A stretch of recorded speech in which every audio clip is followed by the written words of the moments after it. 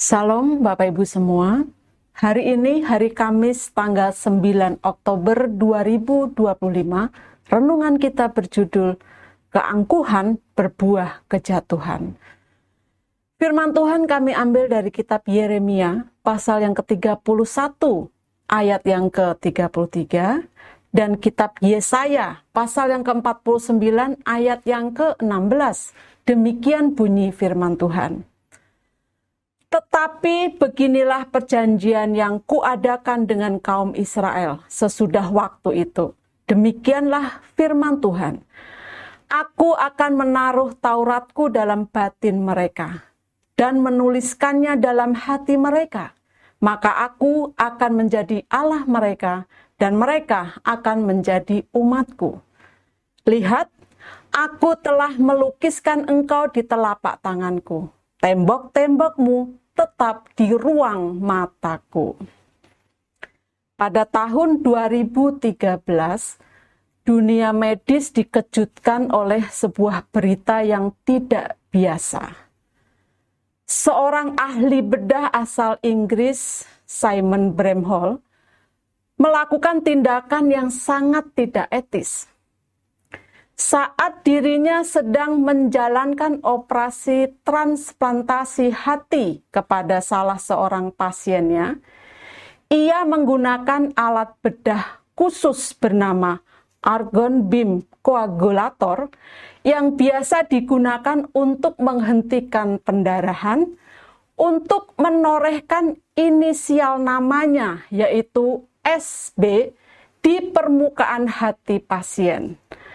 Walau tindakan tersebut tidak membahayakan nyawa pasien, namun dunia memandangnya sebagai sebuah pelanggaran moral yang sangat serius.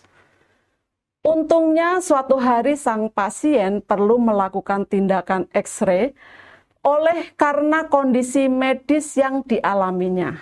Sehingga tenaga medis yang melakukan tindakan X-ray tersebut menyadari adanya ukiran SB pada permukaan hati pasien.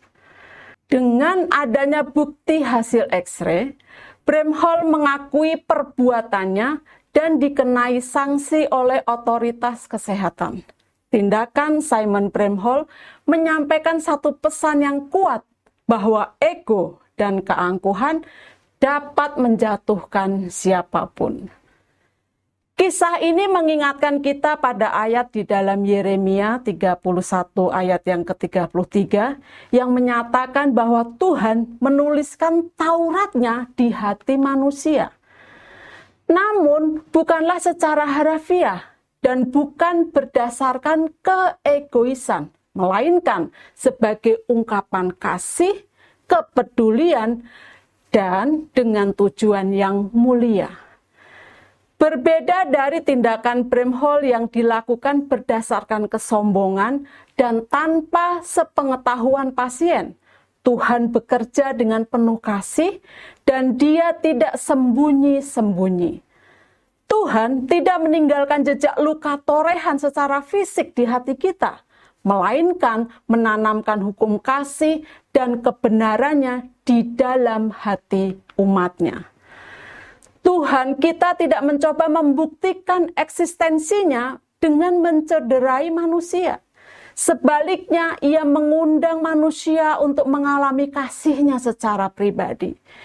Ia menulis hukum kasih itu di dalam hati kita, agar manusia tidak hanya mengenalnya secara intelektual, tetapi juga mengalaminya secara nyata.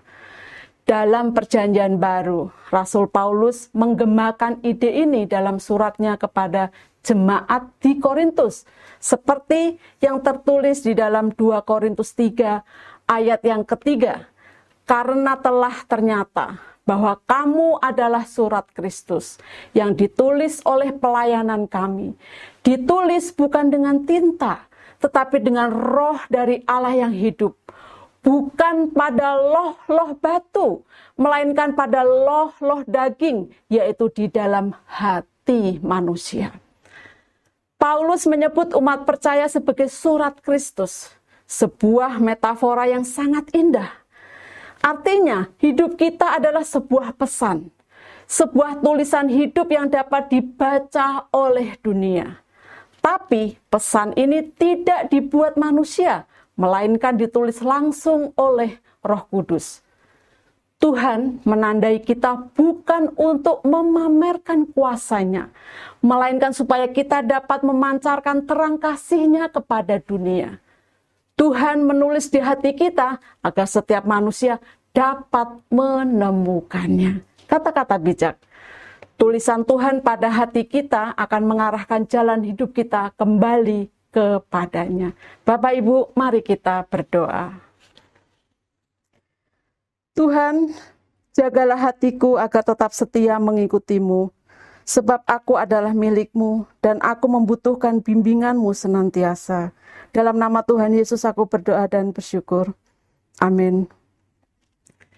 Puji Tuhan, kiranya Tuhan Yesus memberkati kita semua.